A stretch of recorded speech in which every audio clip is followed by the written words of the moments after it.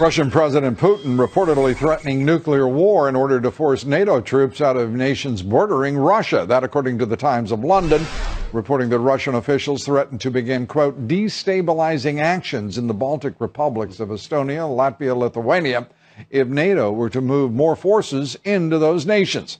This latest threat comes less than 2 weeks after Russia threatened to aim nuclear missiles at Danish warships if Denmark joins NATO's missile defense system.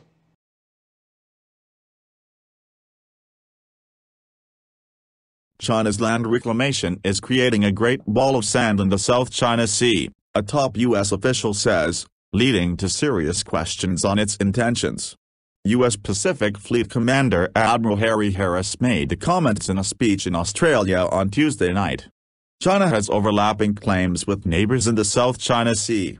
It has been reclaiming land in contested waters, something it said last year was totally justified as it had sovereignty over the area. In recent months, images have emerged of Chinese construction on reefs in the Spratly Islands to create artificial islands with facilities that could potentially be for military use, including an airstrip. Several nations, including Vietnam, the Philippines and Taiwan, also claim ownership of territory in the Spratly Islands.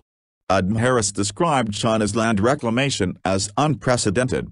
China is building artificial land by pumping sand onto live coral reefs, some of them submerged, and paving over them with concrete.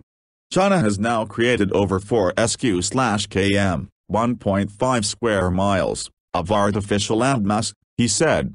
China is creating a great ball of sand with dredges and bulldozers over the course of months. He said that considering China's pattern of provocative actions towards smaller claimant states in the South China Sea, the scope of the building raised serious questions about Chinese intentions.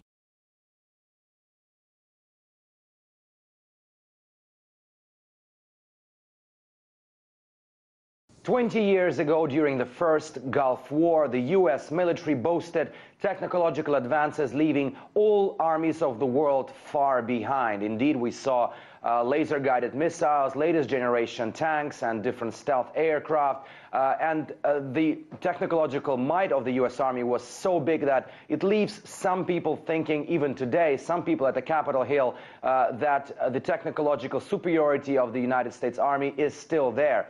But according to Pentagon's Undersecretary of Defense for Acquisitions, Technology and Logistics, Frank Kendall, who spoke last week at a dinner in Washington, this is no longer the case. Mr. Kendall suggested that while the U.S. budget, the U.S. defense budget is being cut every year, China's military budget is increasing by at least 12% annually. And in terms of both the quantity of arms and the quality of arms, China is rapidly catching up with the United States. Now, the good example of that would be the Chinese drone program. Just last week, the Xinhua news agency in China revealed that Beijing successfully tested a new system which could shoot drones out of the sky by means of a laser-guided system. And this happens while the U.S. military says that it only just got down to testing such a system in the United States with the help of Boeing Corporation. Of course, this is not such a surprise to U.S. defense analysts. They've been saying for a long time that the Chinese army, the Chinese military has been growing very, very rapidly, and it's pretty much catching up with the United States, not only in terms of the quantity again, but in terms of the quality as well.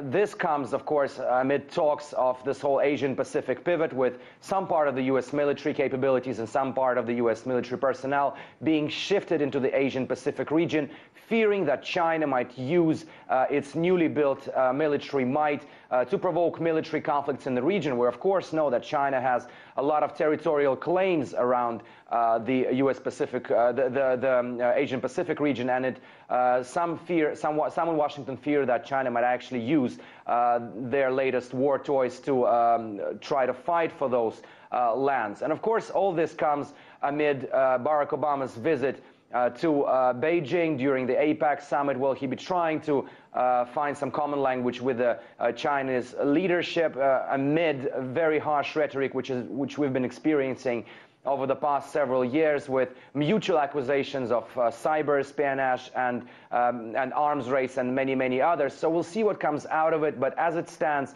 the genuine concern among some defense analysts and even some officials inside the Pentagon that China may be overtaking the United States as the world's #1 military power. Alexei Rashevsky, RT, reporting from New York City.